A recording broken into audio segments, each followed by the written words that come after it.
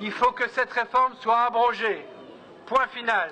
Il faut que le ministre ait le courage d'abroger cette réforme. Une réforme des rythmes scolaires toujours vivement contestée. Samedi à Paris, une manifestation nationale réunissait tout un cortège de maires de communes, d'enseignants et de parents, tous mécontents.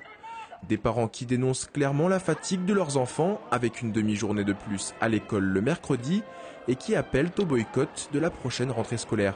Il y a déjà un appel pour boycotter carrément le jour de la rentrée, aussi bien au niveau des parents qu'au niveau des enseignants.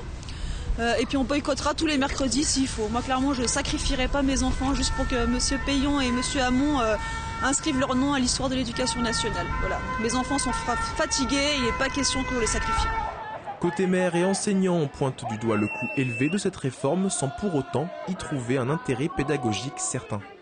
Les parents sont irrités, les profs sont démotivés, les maires sont asphyxiés économiquement. Comment peut-on balancer une telle réforme avec un tel coût sans aucune étude d'impact scientifique ni financière alors qu'il s'agit de l'avenir de nos enfants? Je ne vois pas ce que ça peut apporter aux enfants dans la mesure où on réduirait le temps du midi éventuellement d'un quart d'heure et le temps du soir d'une demi-heure et que ce n'est pas dans ce temps-là qu'on va faire des activités intéressantes pour les enfants. Donc c'est nous mentir que de nous dire que les enfants vont avoir une activité sportive ou culturelle. C'est un leurre. Prochain rendez-vous des anti-réformes des rythmes scolaires le 11 juin avec une opération école vide durant cette journée.